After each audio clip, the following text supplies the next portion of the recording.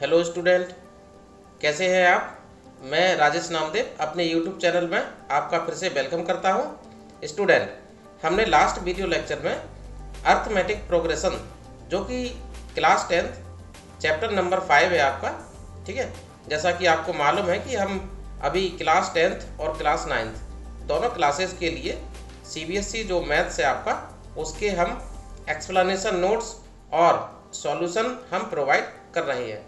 तो मैं आपको बता देता हूं कि आज हम आपके सामने जो वीडियो लेक्चर लेके आए हैं उसका मेन मोटिव है कि अर्थमेटिक प्रोग्रेशन यानी कि जो चैप्टर नंबर 5 है आपका NCERT की बुक में, उसके प्रॉब्लम को कैसे सॉल्व करेंगे।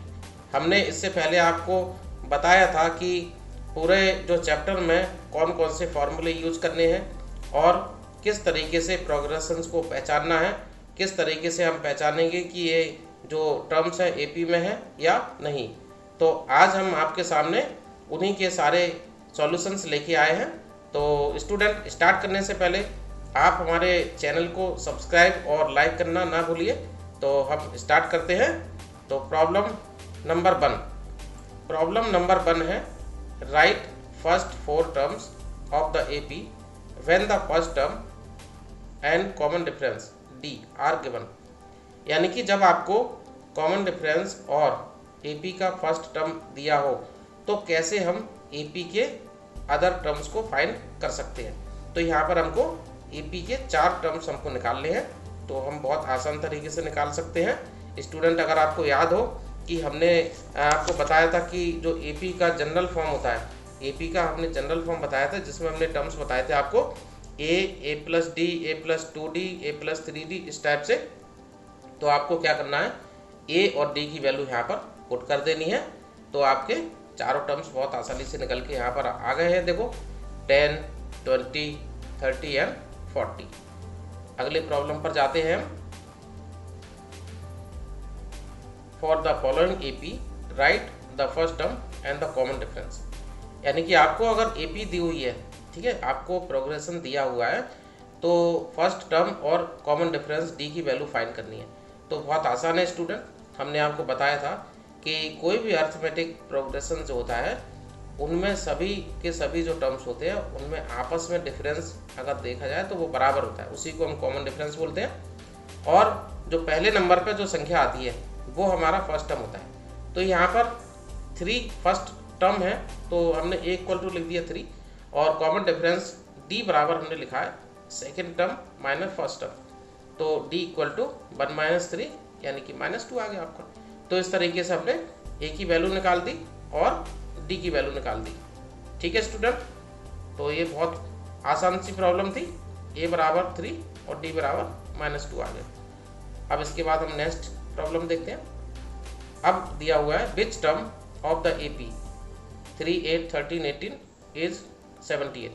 यानी कि अब आपको बताना है कि 78 जो है वो कौन सी नंबर पे आएगा, यानी कि इस AP में वो कौन से नंबर की टर्म होगी। तो ये बहुत अच्छा क्वेश्चन है स्टूडेंट। ऐसे क्वेश्चन एग्जाम में कई बार पूछे गए।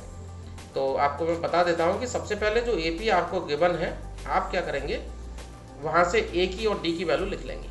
तो यहाँ से हमने A की वैल्यू लिख ली।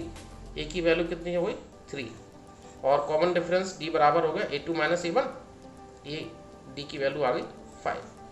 अब आपको क्या करना है, nth टर्म का फॉर्मूला हमने आपको बताया था। nth टर्म का फॉर्मूला था AN = A + n-1D। तो आपको इस फॉर्मूले को अप्लाई यहाँ पर कर देना है, और 78 जो है उसको मान लेना है कि nth नंबर की टर्म है। ठीक है, तो हमेशा ऐसे क्वेश्चंस में आपको यही करना है, आपको जो पूछा है उसको nth नंबर पर आप लेट कर लीजिए।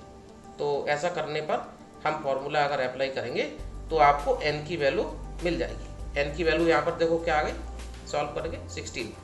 तो ये हमारा फाइनल आंसर हो गया, यानी कि 16th नंबर पर आपका 78 आएगा। Check whether -150 is a term of the AP 11852 ... यानी कि आपको अब बताना है कि -150 इस AP का एक टर्म है या नहीं। ये भी बहुत अच्छा क्वेश्चन है स्टूडेंट। तो इसमें भी सबसे पहले हमको जो AP गिवन है हम AP से A की वैल्यू और D की वैल्यू लिख लेंगे। फर्स्ट जो टर्म है उसको लिख लिया, कॉमन डिफरेंस D उसको भी लिख लिया। तो फर्स्ट टर्म 11 है यहाँ पर और D की वैल्यू -3। अब आपको क्या करना है, मान लेना है फिर से वही कि जो -150 है वो nth नंबर का टर्म है। ठीक है, हमने मान लिया इसको और nth टर्म वाला फॉर्मूला अप्लाई कर देना है। तो nth टर्म का फॉर्मूला फिर से आपके पास सामने आ गया, an = a + n-1 × d। Value put कर दीजिए आप, सिंप्लीफाई करेंगे तो n की वैल्यू निकल के यहाँ पर आती है -164/3। अब यहाँ पर देखने वाली बात है कि n की जो वैल्यू आ रही है स्टूडेंट, अगर वो वैल्यू फ्रैक्शन में आती है तो आपको तुरंत से बता देना है कि ये जो टर्म दिया है ये इस EP का नहीं है। ठीक है, तो यहाँ पर एक फ्रैक्शन में वैल्यू आ रही है तो हम लिख देंगे यहाँ पर n is not an integer, therefore it is not in AP। Okay, next अब है find the 31st term of an AP whose 11th term is 38 and 16th term 73। अब स्टूडेंट ये भी अलग टाइप का प्रॉब्लम है, आपको बताना है 31st नंबर की टर्म क्या होगी जबकि उसका 11th टर्म दिया है और 16th दिया है। तो सबसे पहले जो गिवन है उसको लिख लीजिए, 11th टर्म लिख लीजिए। तो A11 38 हो गया और 16th हो गया 73, ये हमने दोनों लिख लिए। ठीक है, इसके बाद अपन क्या करेंगे, अब यहाँ पर n की वैल्यू पुट करके दो इक्वेशंस बना देंगे। तो यहाँ पर हमारे को दो इक्वेशंस मिल गई। इक्वेशन 1 आ गया 38 = a + 10d और दूसरी इक्वेशन आ गई 73 = a + 15d। अब आपको दोनों इक्वेशंस को सॉल्व करना है और a और d की वैल्यू फाइंड करनी है। तो जैसे भी आप जो आपको इजी लगे वैसे कर लीजिए। तो मैंने जैसे क्या किया है, सब्ट्रैक्ट कर दिया। तो सब्ट्रैक्ट इक्वेशन 1 from 2, तो मुझे क्या मिल गया, यहाँ पर d का मान मिल गया पहले। तो d की वैल्यू जो आ गई 7। अब d की वैल्यू को इक्वेशन 1 या 2 किसी में भी पुट कर दीजिए तो आपको a की वैल्यू मिल जाएगी। a की वैल्यू -32 आ गई। अब हम बहुत आसान तरीके से 31st नंबर की टर्म को निकाल सकते हैं। तो 31st नंबर की जो टर्म है उसको लिखेंगे तो क्या हो जाएगा, A31 = a + 31 - 1 × d। यहाँ पर वैल्यूज पुट कर दीजिए तो ये आपका आंसर आ गया 178। Next, if the 3rd and 9th terms of AP are 4 and -8। 3rd number की टर्म दी है और 9th दी है जैसे अभी दिया था। अब आपको बताना है which term of this AP is 0, यानी कि कौन सी टर्म 0 होगी। ठीक है, तो आपको क्या करना, सबसे पहले जो गिवन है उसको लिख लीजिए। 3rd नंबर की टर्म A3 हो गया, 9th नंबर की टर्म A9 हो गया। तो A3 = 4, A9 = -8। इसके बाद अब आप क्या करेंगे, nth टर्म का फॉर्मूला अप्लाई करके दो इक्वेशंस बना लेंगे। ठीक है, इसके बाद हम क्या करेंगे स्टूडेंट, हम दो इक्वेशंस बना ली हमने। देखो, एक इक्वेशन हमारे पास आ गई 4 = a + 2d और जो दूसरी इक्वेशन है वो आ गई -8 = a + 8d। इन दोनों इक्वेशंस को सॉल्व कर लीजिए। सॉल्व करने के बाद हमें यहाँ पर d का मान मिलेगा और a का मान मिल जाएगा। तो इस तरीके से a और d का मान आ गया हमारे पास। अब आपको क्या करना है, आपको बताना था कि कौन सी टर्म 0 होगी। तो हमने मान लिया कि nth टर्म 0 होगा। ठीक है, तो ऐसे सभी क्वेश्चंस में आपको nth टर्म मान लीजिए। ठीक है, जो भी जैसे दिया है 0 कौन सा टर्म होगा, या आपने अभी किया था -150। ठीक है, तो अपन को क्या करना है, nth नंबर के टर्म को ही मान लेना है। ठीक है, तो इसको मान लिया हमने, तो nth टर्म विल बी 0। तो nth टर्म का फॉर्मूला हमने अप्लाई किया, n की वैल्यू निकल के आ गई n = 5। इस तरीके से बहुत आसान तरीके से हम ऐसे प्रॉब्लम को सॉल्व कर सकते हैं।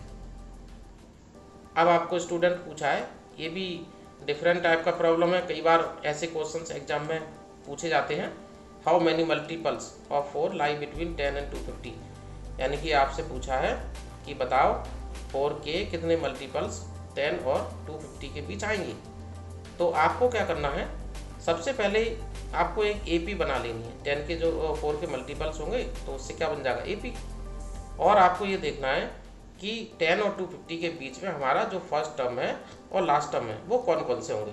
तो देखो सबसे पहले नंबर पर आएगा आपका 12, ठीक है, क्योंकि 10 के बाद 12 आता है जो कि 4 का मल्टीपल है, और 250 से लेस क्या होता है 248 जो कि 4 का मल्टीपल है। तो फर्स्ट जो टर्म हो गया आपका, फर्स्ट टर्म आ गया आपका 12, ठीक है, ये निकाल दिया आपने, और जो लास्ट टर्म है वो कितना हो गया 248, यानी कि फर्स्ट टर्म ए की वैल्यू मिल गई, लास्ट टर्म एल की वैल्यू मिल गई।